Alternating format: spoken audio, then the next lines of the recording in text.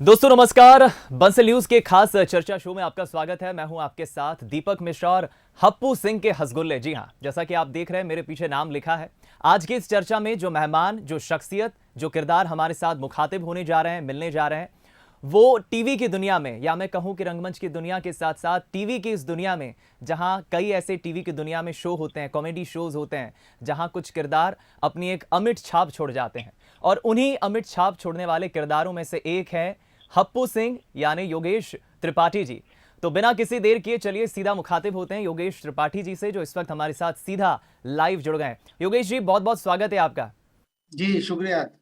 और हमारे साथ योगेश जी के साथ आप देख सकते हैं कामना पाठक जी भी हैं, यानी उनकी दुल्हनिया, दबंग दुल्हनिया कामना पाठक जी। कामना जी, आपका भी बहुत स्वागत है। राधे राधे बोल रहे हैं आपको। क्या बात है। वैसे तो हम ठहरे इंदौरी मुंबईया, लेकिन यूपी जब ठेठ कनपुरिया की बात होती है तो बड़ा ही अलग आनंद आता है। इस बोली में इतनी मिठास होती है, इतनी गुदगुदाहट होती है। सबसे पहले योगेश जी, यही जानना चाहेंगे कि कोरोना के बाद कैसी चल रही है जिंदगी, कैसे गुदगुदा रहे हैं लोगों को। जी बिल्कुल, जब कोरोना के बाद हम लोगों की शूटिंग चालू हुई तो बहुत अच्छा लगा। और सारी चीज़ों के साथ हमने शूटिंग शुरू की, सेफ्टी के साथ में। और बहुत मज़ा आ रहा है। फिर से वही एनर्जी और वही कमाल कमाल की स्टोरीज, और हमारे राइटर और जो लिख रहे हैं वो बहुत मज़ा आ रहा है। और अभी फिलहाल दिवाली का माहौल चल रहा है तो हमने हाल ही में दिवाली की स्टोरी कंप्लीट की है। बहुत अच्छा लग रहा है। सारे आर्टिस्ट फुल एनर्जी के साथ काम कर रहे हैं दोबारा से।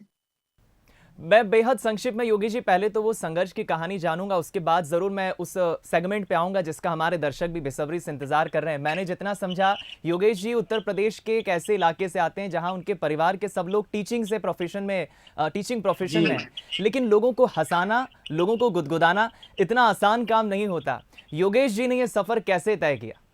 नहीं नहीं बिल्कुल, लेकिन जब एक्टिंग का दिमाग में था तो बस ये था कि एक्टर बनना है, लेकिन ये नहीं पता था कि कॉमेडी में गाड़ी इतनी चल पड़ेगी। बस ये सोच के आए थे कि बस काम करना है। लेकिन जब ग्रेजुएशन के बाद लखनऊ थिएटर गया और वहां ज्वाइन किया थिएटर, तो लखनऊ से काफी सही दिशा मिली। और उसी दौरान NSD, national school of drama की जो हम लोगों ने वर्कशॉप की, उससे मुझे बहुत फायदा हुआ। और करीब 4 साल, 4.5 साल करने के बाद फिर हमने जब मुंबई की ट्रेन पकड़ी, तब फिर यहाँ पे हमारा असली संघर्ष जो आप बात कर रहे थे वो शुरू हुआ। और धीरे धीरे फिर एड फिल्मों में मेरी शुरुआत हो गई। और एड फिल्मों के बाद इनका जो अपना प्रोड्यूसर है हमारे, इन्हीं का शो आता था सब टीवी में, एफआईआर। तो 6 साल मेरे एफआईआर में निकल गए। और वो करते करते जब भाभी जी शुरू हुआ, तब दरोगा का कुछ एक एपिसोड आने वाला था, उसमें मैंने जब किया तो वो लोगों को काफी पसंद आया। तो फिर धीरे धीरे दरोगा, हप्पू सिंह का जो कैरेक्टर है, वो एक रेगुलर हो गया भाभी जी घर पे हमें। करीब 5-6 साल उसको होने को आए हैं, तो 12 साल का सफर तो इन्हीं के साथ है। एडिट टू बिल्कुल प्रोडक्शन। हम और मनोज संतोषी जी जो राइटर है हमारे, और शशांक जी जो डायरेक्टर हैं, तो ये सफर रहा है बड़ा खट्टा मीठा, साथ में मजा आया।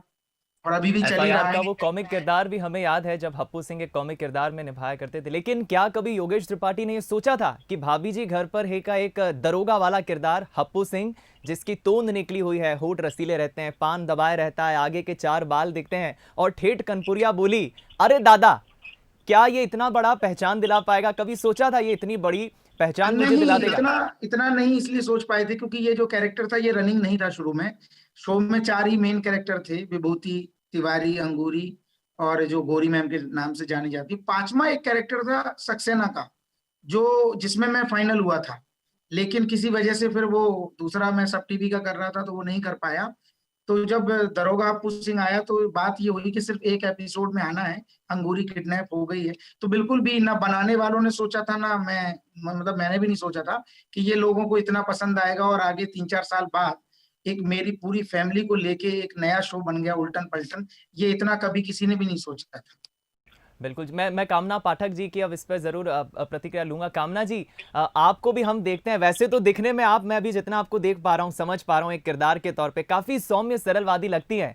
लेकिन हप्पू सिंह की उल्टन पुल्टन में आपका जो एक दबंग दुल्हनिया का किरदार है, जो नोकझोंक आपकी सासू के साथ होती है, एक अलग ही गुदगुदाहट, एक अलग ही मुस्कुराहट दर्शकों को देती है।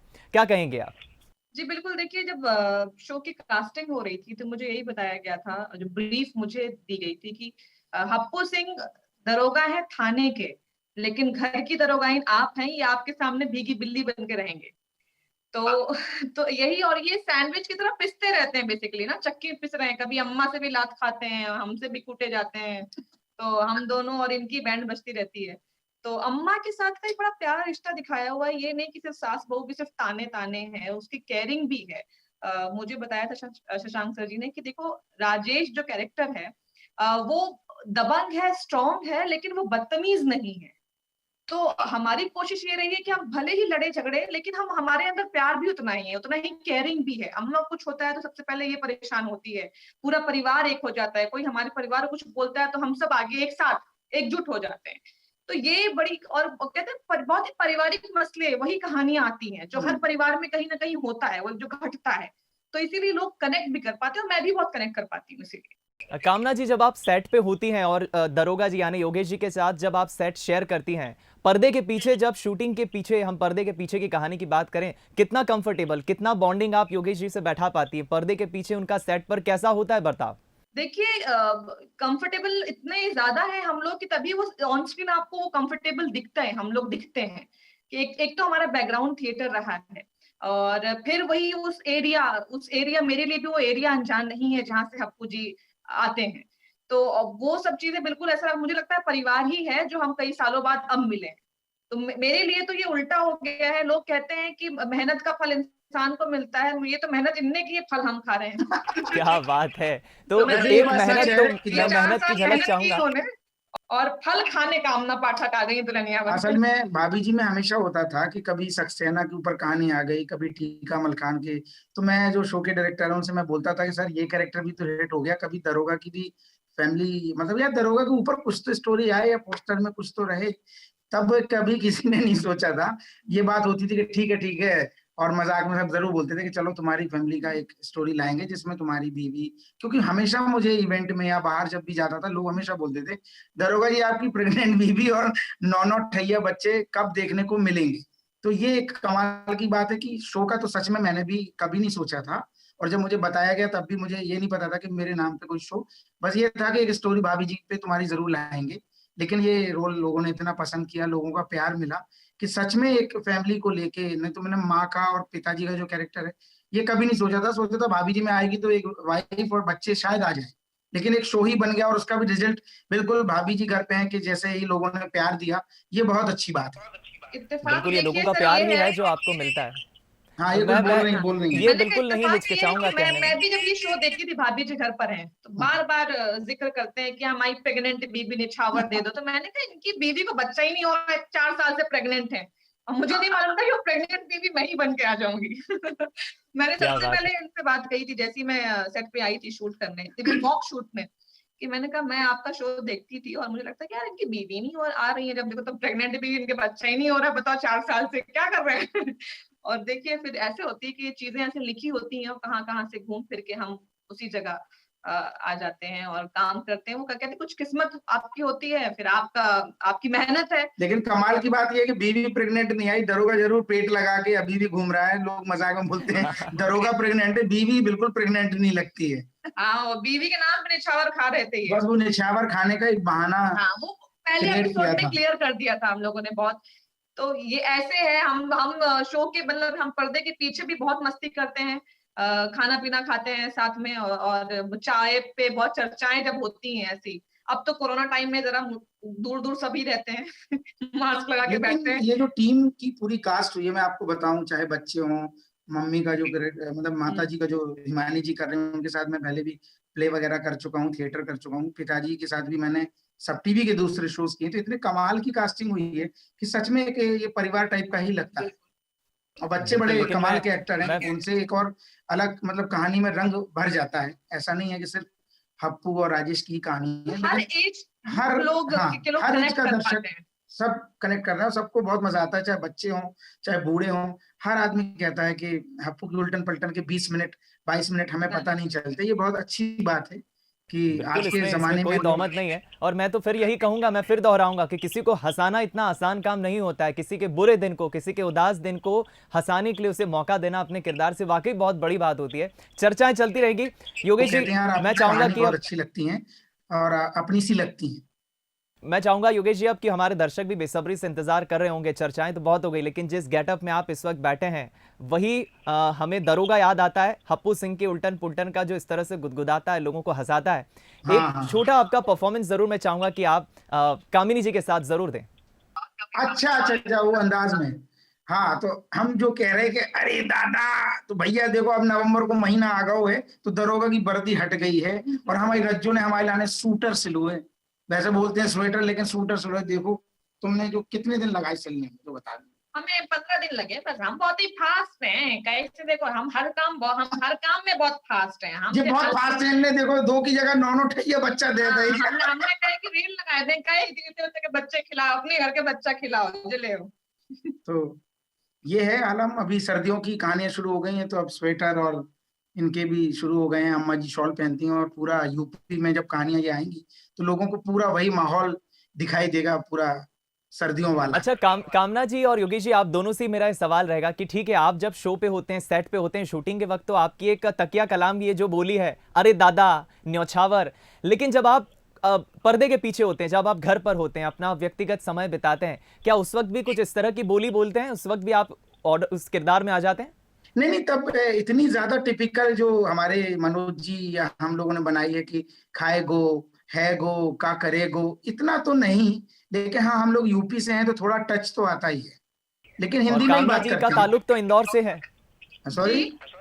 कामना जी कामना जी तो इंदौर की है, खान पान की नगरी इंदौर नगरी। मुझे देखिए, शुरुआत में मुझे तकलीफ हुई क्योंकि मेरी माँ है तो ब्रज से, तो मुझे भाषा मेरे लिए अनजानी कभी नहीं रही है। तो लेकिन मुझे फ्लुएंटली बोलने में समय लगा है, मुझे भी 3-4 महीने लगे हैं, लेकिन मैंने सुना था। लेकिन आप, हम घर में हिंदी में बात करते हैं, अपन इंदौरी में तो और भी वही बात होती है, फिर पोहा जलेबी। तो इस फ्लो में इसको बोलने में समय जरूर लगा मुझे। लेकिन मेरे लिए भाषा बिल्कुल अनजान ऐसा नहीं था। मैं बिल्कुल, मैंने सुनी है, मैंने मौसियों बट से बात ये की, नानी ननिहाल की भाषा है ये बेसिकली। लेकिन ये बहुत अच्छी बात है कि जब शुरुआत हो रही थी तो मुझे ये लग रहा था कि जो भी लड़की कास्ट हो वो टिपिकल दरोगा की जो भाषा है वैसी कॉपी ना करे। तो ये बहुत अच्छा रहा कि कॉपी तो दूर दूर तक नहीं है, लेकिन एक अपनी अलग भाषा, ये भाषा भी ज्यादातर सीरियल में यूज नहीं हुई है। तो जो इन्होंने यूज की है वो एकदम से अलग है दरोगा से और बहुत ब्रज के वो ये नेचुरल कॉमेडी लगती जो है। है तो ब्रज ये, साइड में हाँ, बोला जाता तो ये एक प्लस पॉइंट रहा है कि कोई कॉपी भी नहीं लगती है और एक इनकी मायके की भाषा बिल्कुल टिपिकल अलग है और दरोगा की एक अलग है, तो और रियल लगता है। लेकिन योगेश जी, मैं ये भी जानना चाहूंगा, बतौर एक हप्पू सिंह का जो किरदार है आपका, जो इतना हंसाता है, गुदगुदाता है, इसे आप तटस्थ कैसे रखते हैं? इसे आप स्टेबल कैसे रखते हैं? जाहिर है कि आपका भी मन होता होगा, यार चलो दोस्तों के साथ चिल आउट मारते हैं, थोड़ा घूमने फिरने जाते हैं, थोड़ा इस लाइमलाइट वाली दुनिया से बाहर निकलते हैं। इसे स्टेबल कैसे रखें? टाइम मिलता है, कम मिल पाता है, क्योंकि अभी एक ही टाइम पे 2-2 शो कर रहा हूँ, भाभी जी भी कर रहा हूँ। लेकिन ये लोग इस चीज का ध्यान रखते हैं कि कभी कभी यूनिट ऑफ दोनों में सेम टाइम कर देते हैं। जैसे अगर हप्पू की उल्टन पलटन में स्टोरी नहीं बन पाई तो यहाँ ऑफ करेंगे तो पूरी यूनिट को तो आराम मिलेगा। तो कभी कभी मेरा भी ये, भाभी जी में भी उस टाइम पे मेरे सीन नहीं रखते हैं, तो कभी कभी टाइम मिल जाता है, ऐसा नहीं है। देखिए, सेम प्रोडक्शन ऐसा है, कभी कभी न्यौछावर ये कम कमाते हैं। वैसे तो बहुत पेल पेल के कमाते हैं, पर कभी कभी ये न्यौछावर कम कमाते हैं, ऐसा भी होता है। वो दिन भी आ जाता है।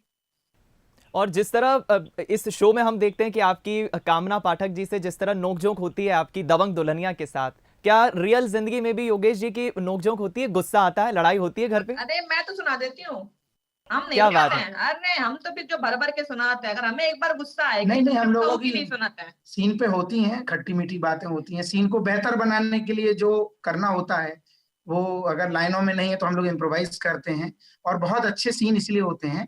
ये करीब 2 साल होने को आए हैं शो को, लेकिन आप अगर पहला सीन भी देखेंगे तो आपको ऐसा लगेगा जैसे वो करीब 70वां या 80वां एपिसोड हो। ऐसा नयापन लगेगा नहीं आपको। तो ये एक बहुत अच्छी बात है। कास्टिंग बड़ी कमाल की है सब लोगों ने, और लिखा भी बहुत अच्छा है। मतलब जो ये लोग कहानियां लाते हैं मैं उसकी भी बहुत बड़ी बात मानता हूँ। मतलब पूरा लिखे लिखाई पे एक्टिंग करना तो ठीक है, हम लोग करते ही हैं एक्टिंग, लेकिन ये जो मुद्दे लाते हैं, ये जो स्टोरी लाते हैं वो इतनी कमाल की कि मतलब बहुत आसान हो जाता है परफॉर्म करना। बिल्कुल। योगेश जी, हमारे उन तमाम दर्शकों को आप क्या मैसेज देंगे, क्योंकि कोरोना काल के बाद मानसिक तौर पे, आर्थिक तौर पे सभी का नुकसान हुआ है, सबके मुरझाए हुए चेहरे हैं, उन्हें आप कैसे खुश करेंगे? क्या मैसेज देंगे आप न्यू नॉर्मल? अरे भैया दादा, हम तो जो कह रहे सारे दर्शकों को कि भैया जैसा उन्होंने इतने साल भाभी जी घर पे हमको प्यार दो है ना, और ऐसे ही उल्टन पलटन को देते रहें, तो हम भी पूरा मतलब फुल एनर्जी से और वादा कर रहे हैं कि उनको आगे भी बड़ी कमाल कमाल की स्टोरी देखने को मिलेंगी, कि जिससे उनकी लाइफ की टेंशन दूर हो जाए, और इस चीज का पूरा प्रयास किया जाएगा बतौर राइटिंग और बतौर एक्टिंग और पूरा कॉन्सेप्ट। जी कामना जी। हम जो कह रहे हैं कि देखो भैया, दुख के बाद सुख तो आता ही आता है। हाँ, तो अभी जो घड़ी जो है मुश्किल घड़ी, ये भी कट जाएगी, और हम सब जी जान लगाए के मतलब जी जान लगाए दो हमने, और कोशिश और करें कि हम और मेहनत करें और आपको यूं ही हंसाते रहें। हम मतलब हमारा पूरा परिवार, हमारे नौठैया बच्चा, हमारी अम्मा, हमारे पिताजी और जे हमारे न्यौछावर खोर, जे पूरी जान लगाए दी है, और आपको खूब हंसाइए। आप जे मतलब निश्चिंत हो जाओ, और समय अच्छा आएगा ही बिल्कुल। और ये मुश्किल की जो घड़ी है, समय कहते हैं ना, समय का जो पहिया है वो चलता है। अभी एक दुख वाले उसमें खांचे में है, फिर सुख भी आएगा। तो वो जिस सुख ऐसी आई है, हम तो कह रहे हैं, को भर भर के निछावर दो, को भर भर के प्यार करो, और देखत रहो हमारी हप्पू की उल्टन पलटन। 10 बजे आते दादा एनटीवी पे। इस चर्चा को विराम देने के पहले योगेश जी, आने वाले भविष्य के लिए, आने वाले वक्त के लिए आपके क्या फ्यूचर प्लान्स है? क्या आपने कोई प्रोजेक्ट सोच कर रखा है, या फिर आप कुछ गणना कर रहे हैं कमिंग आने वाले वक्त के लिए? नहीं, अभी तो ऐसा नहीं। अभी तो सिर्फ हम लोगों ने दिवाली की जो स्पेशल स्टोरीज होती हैं वो खत्म की हैं, उन्हीं का अभी चलेगा। और बाकी तो ऐसा कुछ अभी नया तो नहीं, बस यही उल्टन पलटन और भाभी जी की जो जो स्टोरीज आ रही हैं उन्हीं पे काम हो रहा है, क्योंकि इतना फिर टाइम और मिलता नहीं है कि अभी कुछ और काम। वैसे बिल्कुल। इनको भी बहुत वेब सीरीज का कभी कभी अच्छे आते रहते हैं, लेकिन इतना टाइम अभी नहीं मिलता कि ये 2 शो इतने कमाल के हैं और इनको छोड़ के कुछ नए चीज में टांग अड़ाई जाए। तो ऐसा तो नहीं है, बस पूरी कोशिश ये हो रही है कि लोग इससे मतलब ये ना हो कि 2 साल हो गए तो बोर होने लगे। हर पल, हर चीज, हर सीन में हम सारी टीम मिलके ये कोशिश करते हैं कुछ कि कुछ नयापन। नयापन आता रहे, लोग बोर ना हो, और इसी प्यार मोहब्बत से हर एपिसोड का मजा लें। चलिए, मैं चाहूंगा जाते जाते हमारे दर्शकों को कामना जी और योगेश जी, आप दोनों उसी तरह से धन्यवाद कहें, या मैं कहूं कि वाइंड अप कहें, इस चर्चा को वाइंड अप करें उसी अंदाज में कि आपको ये दर्शक प्यार देते रहें, इसी तरह गुदगुदाने का आप भी दर्शकों को मौका देते रहें, और जाते जाते आप एक बार अपनी उसी ठेठ कनपुरिया स्टाइल में। जी जी, तो दादा हम जो कह रहे हैं कि हमारी तो दिल से रिक्वेस्ट है सारी दर्शकों से कि भैया, सबसे पहले हप्पू की उल्टन पलटन की पूरी टीम की तरफ से सबको हैप्पी दिवाली।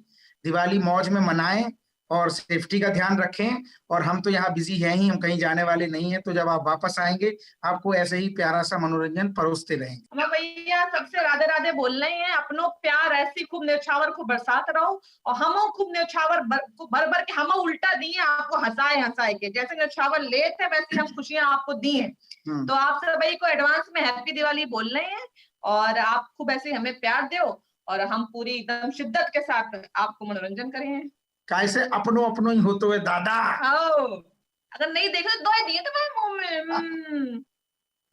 चलिए, आप सभी का भी बहुत धन्यवाद, आपने हमें टाइम दियो, टाइम नहीं, आपने हमें टाइम दियो और गुदगुदाने का मौका दियो।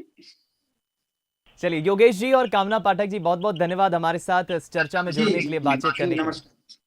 चलिए, तो ये थे हमारे साथ हप्पू सिंह उर्फ दरोगा जी, योगेश त्रिपाठी जी, और दूसरी तरफ कामना जी, जो किस तरह से इस पूरे शो को इस तरह से ढालते हैं, इस तरह से लोगों को मौका देते हैं। और उन्होंने अपने निजी जीवन के साथ साथ ये भी बताया कि कितना मुश्किल होता है या कितना आसान होता है जब वो सेट पे होते हैं, लोगों को किस तरह से मुस्कुराने का मौका देते हैं। तो आप इसी तरह उन्हें प्यार देते रहिए और ये शो देखते रहिए, और मुझे दीजिए इजाज़त। एक बार फिर मिलेंगे किसी नई हस्ती के साथ।